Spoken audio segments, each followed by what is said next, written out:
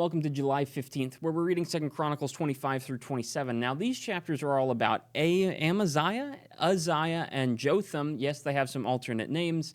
That's what we're going to be sticking with. Amaziah, Uzziah, and Jotham.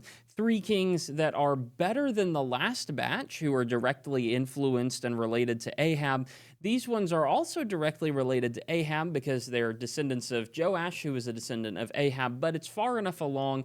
They never knew Ahab. They never knew any of Ahab's family. Jehu cleared all of those people out. And so Amaziah, Uzziah, Jotham have better chances of being righteous, and they are more righteous, but they're still not absolutely incredible. There are some amounts of faith in these stories, but not an overabundance of faith. And so as we read chapters 25, 6, and 7, you'll kind of see that happen. In chapter 25, you deal with Judah's King Amaziah. He's in charge. He goes to war a couple of times. He is a little bit faithful, but not really.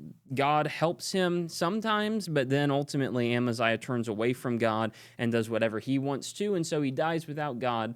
Good in the start, bad at the end, unfortunately depressing. When you get to chapter 26, it's exactly the same story. You have Uzziah, who is faithful to God. He ends up doing right in the Lord's sight, but then he goes into some wars. He gets God on his side, and then he wins enough. He wins enough with God that he gets proud and thinks that he's good enough to be with God. And so he goes and sacrifices like a priest in the temple. However, kings and priests were kept separate for a reason. Kings were not to do the work of priests, neither were priests to do the work of kings. And so when Uzziah tries to step in and offer sacrifice to God, God curses him. He's cast out of the city, and he remains nominally king, but his son instead steps onto the throne.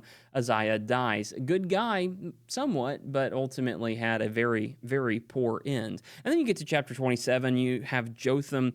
Jotham is good, but also not great. He's good, but he's not able to be the real influence that Judah needed.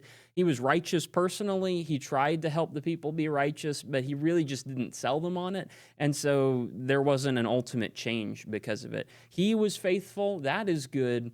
But unfortunately, he doesn't help much of the nation. That's what you're left with as we head into Ahaz's reign. But we'll talk about that tomorrow, July 16th, where we'll be reading 2 Chronicles 28 through 30.